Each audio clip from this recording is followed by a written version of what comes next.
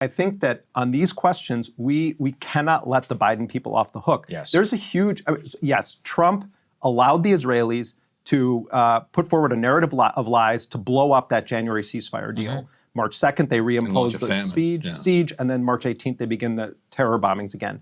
Now they've brought it back to the so-called ceasefire. But Biden's people, including Matt Miller, the former State Department spokesperson, have acknowledged that they allowed Israel to blow up ceasefire deals because they were afraid if they were too hard on them that it would ruin their chances to get a ceasefire deal. I mean, if you think about the logic there. But I would draw a difference between the Kushners and the Witkoffs of the world, who I think in their own way are sort of cold, callous, vicious characters when it comes to how they're approaching Palestine, and the Biden people. There was ideology at the center of the Biden people regarding Israel. With Trump's people, it's kind of like a Walmart. You know, like they're really, this is just about like how much crap can we, sell to get what we want, to get those profits.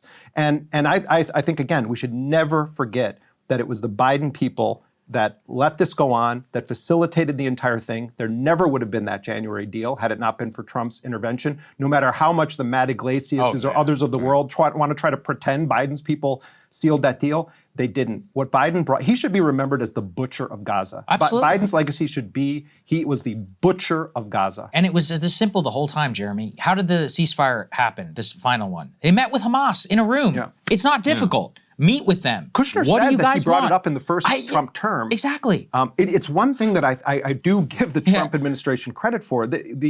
Although they screwed the Palestinians on the Edan Alexander exchange, the American-Israeli soldier who was released, and there was supposed to be Trump calling for an end of the war and resumption of aid. But I give them credit for sitting down and talking with Hamas. And this is the dangerous thing, and it's the broader lesson we can end on, I guess.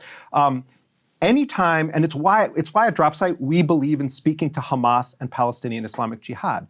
It's because anytime you speak with people that you're told are the enemy, you're going to learn something about what motivates them, what drives them. And if we really want to resolve conflict or we want to end these wars, it is imperative that you be willing to hear the perspective of the other side. Otherwise, you have what Israel is, which is just an annihilationist agenda, a serial killer masquerading as a nation state. But if we want to hold ourselves to a higher standard, it means you talk to everybody. So on that strand of Trump's policy, I think is something that should become part of the U.S. perspective on resolving conflict and war. You have to speak to people that you claim to be fighting against or that are being characterized as terrorists, particularly when it's in the service of another country. Yeah, especially if those are the people you need to talk to. Absolutely right. Don't let anybody shame you. You talk to whoever you want to, even if they're literal terrorists. I mean, look, I talked to you. Yeah, that's right. You're right.